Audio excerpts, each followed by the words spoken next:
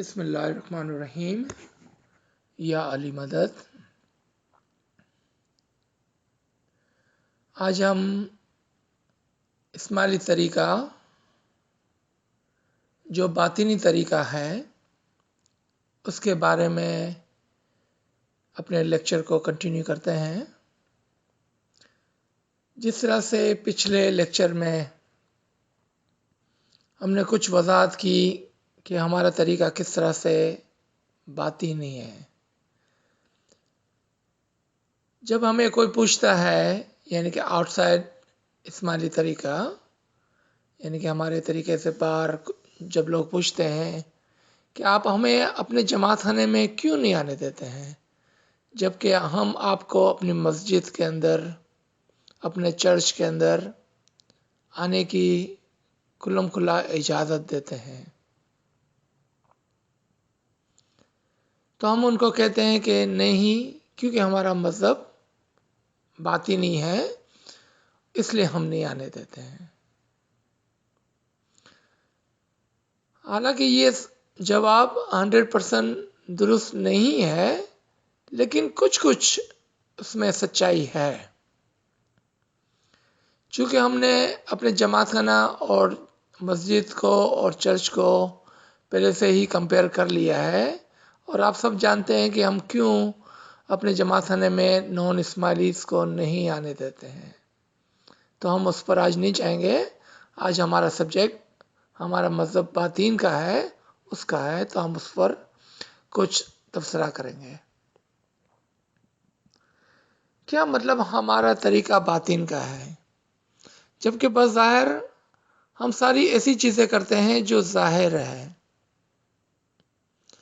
لیکن آپ جانتے ہیں کہ ظاہر ہی باطن کا دروازہ ہوتا ہے، یعنی کہ جو چیز ہم ظاہر میں کرتے ہیں وہ آگے جا کر باطن کا دروازہ بنتا ہے۔ خالی پہلے ہم کچھ اپنی فزیکل لائف کی ایگزامپلس لیں گے تاکہ سمجھنے میں آسانی ہو۔ فار ایگزامپل کہ جب ہم فزیکلی کھانا کھاتے ہیں تو اس سے ہمارا خون بنتا ہے، یعنی کہ کھانا جو فزیکل تھا اس کو ہم نے ٹرانسفارم کر کے ایک ایسی باطنی چیز بنائی جس کو ہم بلڈ کہتے ہیں۔ لیکن آپ کہیں گے کہ بلڈ بھی فزیکل ہے، لیکن بلڈ کے پیچھے جو طاقت ہے اس کو آپ کس طرح سے شو کریں گے وہ آپ نہیں دیکھ سکتے ہیں۔ ہاں، بلڈ آپ کو شاید نظر آئے گا اگر آپ ایکس رے لیتے ہیں یا آپ کے ہاتھ میں کچھ لگ جاتا ہے اور بلڈ باہر آتا ہے تو، لیکن بظاہر بلڈ نظر نہیں آتا ہے ہمیں۔ تو فزیکل باڈی کے کمپیریزن میں، فزیکل کھانے کے کمپیریزن میں بلڈ باطن ہے، لیکن بلڈ کے اندر جو طاقت ہے وہ اس کا اصل باطن ہے جو ہم کو نظر نہیں آتا ہے۔ دوسری ایگزامپل، ہم کھانا کھاتے ہیں وہ فزیکل ہے، لیکن اگر کچھ غلط کھا لیتے ہیں تو ہمارے پیٹ میں درد ہوتا ہے، آپ اس کو کس طرح سے شو کریں گے؟ یعنی کہ جو پیٹ کا درد ہے وہ باطن ہے، یعنی کہ وہ چیز جو فزیکلی ہمیں ہو رہی ہے، یعنی کہ پیٹ میں درد ہو رہا ہے، لیکن چونکہ ہم اس کو دکھا نہیں سکتے ہیں، ہم اس پر انگلی رکھ کے نہیں کہہ سکتے ہیں کہ دیکھو یہ پیٹ کا درد ہے۔ یہ ایک فیلنگ ہے اور یہ فیلنگ باطن ہے۔ اب ہمارے سمجھنے کے لیے آسانی ہو گئی کہ جو ہم دعا پڑھتے ہیں، جو تسبیحات نکالتے ہیں، جو گریہ وزاری کرتے ہیں اور جو عبادت کرتے ہیں، اس کے پیچھے جو روحانیت ہے اور روحانی درجات ہے اور دیدار ہے اور سکون ہے اور خوشی ہے، وہ باطن ہے۔ تو جب ہم کہتے ہیں کہ ہمارا طریقہ باطن ہے تو ہم حقیقت میں یہ کہہ رہے ہیں کہ ہمارے طریقے کے اندر امام ہونے کی وجہ سے، یعنی کہ امام حاضر و موجود ہونے کی وجہ سے ہمارے طریقے میں خوشی ہے، سکون ہے، نور ہے، دیدار ہے، اور یہ اسماعیلی طریقے کا باطن ہے۔ یہ تو ہم نے ان لوگوں کی بات کی کہ جب ہم کسی کو باہر کی طرف بات کر رہے ہیں، اب آ جائیں اندر کی طرف۔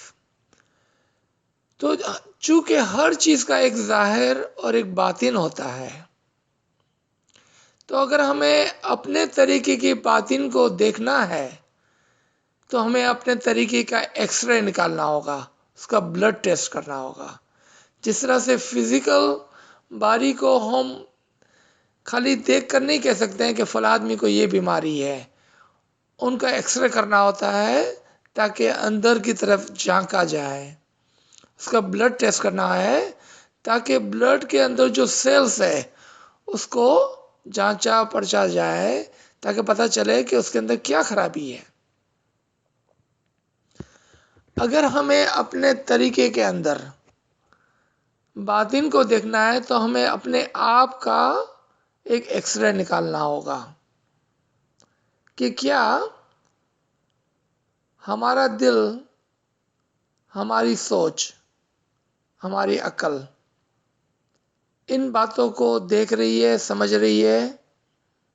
اگر ہم اپنے آپ کا ایکس رے نہیں لیتے ہیں، جس طرح سے امام سلطان محمد شاہ ہماری جانیں اس سے فدا ہو فرماتے ہیں کہ آپ روزانہ اپنی نفس پہ ہاتھ رکھ کر دیکھیں کہ آپ کہاں ہیں۔ کیا آپ نے کبھی اس طرح سے کر کے دیکھا؟ اگر ہمیں اپنے باطن کو جانچنا ہے تو باہر کی طرف نہیں بلکہ اندر کی طرف دیکھنا ہوگا، اور اس جانچ پڑتال کے لیے ہمیں سب سے پہلے یہ دیکھنا ہوگا کہ کیا ہمارے پاس ایسا علم ہے کہ جس سے ہم ان چیزوں کو دیکھ پائیں، سمجھ پائیں اور اس کے اوپر سوچ پائیں۔ جس طرح سے ایک ایکس رے اگر ہم جیسے کسی غریب آدمی کے سامنے رکھ دیا جائے تو ہم ایکس رے دیکھ کر نہیں کہہ سکتے ہیں کہ اس میں کیا خرابی ہے، لیکن ایک ڈاکٹر جو پڑھا لکھا ہے، جس نے میڈیکل سائنس کو پڑھا ہے، سمجھا ہے، وہ آپ کو بتا سکتا ہے ایکس رے دیکھ کر یا بلڈ کے ٹیسٹ کے ریزلٹ کو دیکھ کر کہ آپ کو کیا بیماری ہے۔ تو ہمیں اپنے طریقے میں علم کی اشد ضرورت ہے تاکہ ہم اپنے طریقے کے باطن کو دیکھ سکیں اور سمجھ سکیں۔ ہمارے مذہب کے اندر چونکہ امام حی و حاضر ہمیشہ موجود ہے، تو بظاہر ہم کہہ سکتے ہیں کہ امام ظاہر میں موجود ہے، لیکن امام کس طرح سے ہمیشہ اس دنیا میں رہتا ہے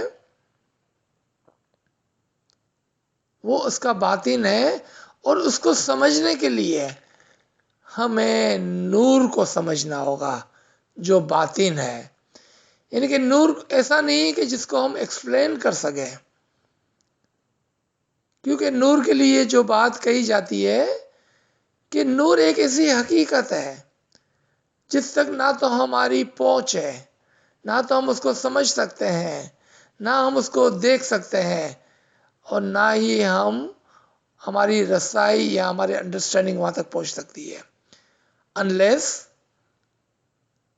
اگر ہم میڈیکل سائنس یعنی کہ روحانی سائنس کے اندر ماسٹرز اور پی ایچ ڈی کر لیتے ہیں۔ اگر ہم اپنے طریقے کے علم کے اندر بہت آگے بڑھتے ہیں تو پھر جا کر ہم اس نور کو دیکھ بھی سکتے ہیں، اس تک پہنچ بھی سکتے ہیں، اس کو سمجھ بھی سکتے ہیں، اور ہو سکتا ہے کہ ہم کسی کو سمجھا بھی سکیں۔ جس طرح ڈاکٹر کوشش کرتا ہے کہ اپنے پیشنٹس کو سمجھائے کہ اس کو کیا بیماری ہے۔ ہاں، ہو سکتا ہے کہ پیشنٹ اپنی لا علمی کی وجہ سے ہر بات کو نہ سمجھ پاتا ہو، لیکن کچھ اس کی سمجھ میں یہ بات آتی ہے. جس طرح سے ہمارے پیروں نے ہمیں جنت اور اعلیٰ مقامات اور حدود دین کے بارے میں سمجھایا، تو یہ ان کے پرسنل مشاہدات سے، پرسنل ایکسپیرئنس سے، انہوں نے جس بات کا تجربہ کیا تھا، انہوں نے جس بات کو خداوند تعالیٰ کے حقیقی علم سے، امام کے علم اعلیٰ سے اس کو سمجھا تھا، انہوں نے ہمیں بآسانی سمجھایا. ہماری سمجھ میں کتنا آیا وہ ہماری قابلیت اور ہماری تعلیمات پر ڈیپینڈ کرتا ہے. اس کا دار و مدار ہمارے علم پر ہے کہ کیا ہم نے امام کے اور پیروں کے علم کو اچھی طرح سے سنا، سیکھا اور سمجھا. اگر ہم نے پی ایچ ڈی کی ہے حقیقی علم کے اندر، تو پھر ہمیں یہ باتیں بآسانی سمجھ میں آ سکتی ہے. امام کا فرمان، امام کی ہدایت اور امام کا نور، یہ ہمارے لیے وہ ایکس رے ہیں اور وہ روشنی ہے جس کی مدد سے ہم اپنے طریقے کے باطن کو سمجھ سکتے ہیں. کیونکہ بظاہر دعا پڑھ لینا اور تسبیحات نکال لینا اور جماعتیں جانا اور ناندی نکالنا اور کچھ والنٹرلی ڈیوٹی کر لینا، یہ ہر ایک کے لیے ہے. لیکن آپ میں سے جو مومن ہے، جو مومن سالک ہے، جو اس راستے پر آگے بڑھنا چاہتے ہیں، جو عابدین ہے، جو عبادت کر کے اپنی روحانی ترقی کرنا چاہتے ہیں، تو ایک فرمان یاد آتا ہے یہاں پر کہ اگر آپ 1000 سال تک بھی عبادت کر لیں، لیکن اگر اس کی سمجھ نہیں ہے تو آپ کبھی بھی نور تک نہیں پہنچ سکتے ہیں. ایک اور فرمان یاد آتا ہے کہ آپ چاہیں کتنی بھی عبادت کر لیں، اگر آپ کے اخلاق درست نہیں ہے تو آپ نور تک نہیں پہنچ سکتے ہیں. یعنی کہ یہ وہ سمجھ ہے ہمارے طریقے کی کہ جو ہمارے طریقے کے باطن کو ہم کو سکھاتا ہے. اگر کوئی شخص ساری رات عبادت کرے لیکن سارا دن گناہوں کے کاموں میں رہے تو اس عبادت کا کیا فائدہ؟ ایک اور فرمان میں امام سلطان محمد شاہ ہماری جانت سے فدا ہو فرماتے ہیں کہ ایسی عبادت شیطان کی عبادت ہوگی. کیوں؟ کہ آپ نے امام کے فرمان کو جب نہیں مانا، یعنی کہ اپنے اخلاق کو درست نہیں کیا اور اپنی عادات کو نہیں بدلا اور اپنے طریقے کو نہیں سمجھا، تو پھر آپ کس کی عبادت کر رہے ہیں اور کیا کر رہے ہیں؟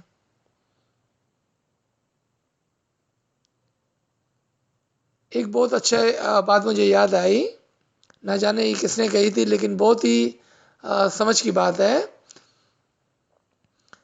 کہ کوئی آدمی حرام کا پیسہ کما کر حلال گوشت کی دکان کو ڈھونڈتا ہے. یعنی کہ آپ نے سارا دن گیلا غیبت اور برے کاموں میں نکالا اور اب رات کو حرام کی کمائی لے کر نور کو ڈھونڈنے جا رہے ہیں. ہمارے طریقہ چونکہ باطن ہے تو ہمیں اپنے باطن کے اندر، ہمارے عالم شخصی کے اندر، ہمارے پرسنل ورلڈ کے اندر، اپنے آپ کے اندر دیکھنا ہوگا، پرکھنا ہوگا کہ ہم کہاں پر کھڑے ہوئے ہیں. ہمارے اعمال کو دیکھنا ہوگا، اپنے آپ کو دیکھنا ہوگا اندر کی طرف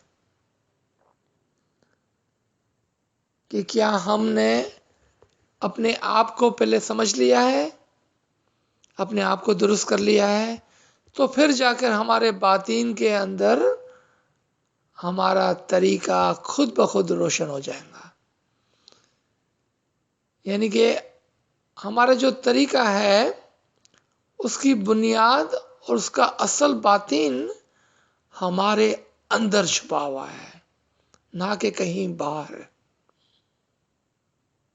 امام ہمارے اندر چھپا ہوا ہے، نہ کہ کہیں باہر۔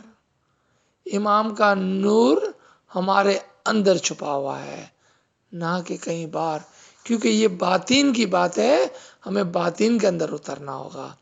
باطن کے لٹرلی معنی ہے وہ چیز جو ہمیں نظر نہ آئے، یعنی کہ بظاہر نظر نہ آئے۔ اس کا مطلب یہ نہیں ہے کہ ہمیں کبھی بھی نظر نہیں آئے گا وہ، کیونکہ اگر کبھی بھی نظر نہ آتا تو ہمارے پیروں نے کس طرح سے امام کے نور کو پا لیا۔ یہ ہمارے لیے باطن ہے، اگر اس کو دیکھنا ہے تو اپنے باطن کے اندر اترنا ہوگا۔ اور اگر آپ کے پاس علم اور حقیقی علم کی سمجھ ہے تو پھر یہ راستہ آپ کے لیے آسان ہے، کیونکہ اب آپ اس سمجھ کے ساتھ کہ طریقہ اندر سے شروع ہوتا ہے اور اندر کی طرف جاتا ہے، یعنی کہ ہمارے طریقے کو ہمارے اندر رکھنا ہوگا، ہمارے اندر سے اس تک پہنچنا ہوگا۔ اس کی سمجھ کے لیے انشاءاللہ اگر کچھ آپ کے پاس سوالات ہو تو آپ ضرور پوچھیں، اور ہم اور آپس میں ڈسکس کریں گے، آپس میں مل کر دیکھیں گے کہ ایسے کیا چیزیں ہیں جو ہم نہیں کرتے ہیں جو کرنی ہے، یا ایسی کیا چیزیں جو ہم کرتے ہیں اور ہمیں نہیں کرنی ہے۔ انشاءاللہ ہمارے پاس زمانے کا امام موجود ہے، اس کی گائیڈنس موجود ہے، اس کا حقیقی نور ہمارے قریب ہے، ہمارے پاس ہے۔ ہم اس پر عمل کریں گے، اس کی روشنی میں آگے بڑھیں گے تو مولا ہماری مدد فرمائیں گا انشاءاللہ تعالی۔ بہت نوازش، یا علی مدد، یا علی مدد۔ اچھا، یہاں پر ایک سوال یہ جناب کر رہے ہیں کہ ہمارے طریقہ چونکہ باطن کا ہے تو اس کے اندر سب سے امپورٹنٹ چیز کیا ہے ہمارے طریقے کے اندر؟ آپ جانتے ہیں کہ بیت الخیال کی عبادت ہمارے طریقے کا نچوڑ ہے، یعنی کہ دعا، دسون، جو دو چیز ہم پر فرض ہے، یہ ہمارا ظاہر ہے۔ لیکن اگر ہم بیت الخیال کی عبادت نہیں کرتے ہیں، جو کہ ہمارے طریقے کا فائنل ڈیسٹینیشن ہے، نچوڑ ہے، یعنی کہ جو طریقہ ہمیں امام تک پہنچا سکتا ہے، امام کے نور تک پہنچا سکتا ہے، کیونکہ بظاہر دعا ہر اسماعیلی پڑھتا ہے۔ اس کی اچھی مثال دیکھیں ہم کہ شام کے وقت آپ کو 2، 4، 5 ہزار لوگ نظر آئیں گے شام کو دعا کے اندر۔ صبح کو 4 بجے کتنے لوگ نظر آتے ہیں آپ کو؟ آپ نے دیکھا کہ جس کے لیے ہم نے کمائی کی، جس کے لیے ہم نے محنت کی، یعنی کہ جس کے لیے ہم نے 3 وقت کی دعا پڑھی، اس کے پیچھے جو حاصل تھا، جو اس کا ممثول تھا، جو اس کا اینڈ ریزلٹ تھا، جو اس کا ایسنس تھا، وہ عبادت تھی، اور ہم نے عبادت کو چھوڑ دیا۔ تو پھر ہم اپنے طریقے کے اندر کس طرح سے اس کے باطن میں اتریں گے؟ بیت الخیال ہی ہمارے طریقے کا باطن ہے اور اس کا نچوڑ ہے۔ آپ کوشش کریں اور بیت الخیال کی عبادت میں آئے، سمجھ کر طریقے سے عبادت میں بیٹھیں، ایک من ہو کر اور عاجزی کے ساتھ، گریہ وزاری کے ساتھ، تاکہ امام ہم پر راضی ہو، اور اس کی وہ دعا کہ ہر اسماعیلی کے لیے میری خواہش ہے کہ اس کو کم از کم ایک مرتبہ نور کا دیدار ہو اپنی زندگی میں۔ یہ امام کی خواہش ہمارے لیے پوری ہو جائے، کیونکہ اگر امام نے چاہا ہے اور اگر ہم محنت کرتے ہیں تو یہ ضرور ہو سکتا ہے۔ تو آپ کے سوال کا جواب ہے کہ بیت الخیال کی عبادت ہمارے طریقے کا باطن ہے۔ اور اس کے اندر جو عبادت کے اندر باطن چھپا ہوا ہے وہ امام کا نور ہے، اور اس کا حاصل کرنا ہی ہمارے طریقے کا مقصد ہے۔ جس طرح سے ایک حدیث قدسی میں ہے کہ میں ایک چھپا ہوا خزانہ ہوں، تو میں نے چاہا کہ انسان کو پیدا کروں تاکہ وہ اس خزانے تک پہنچ جائے۔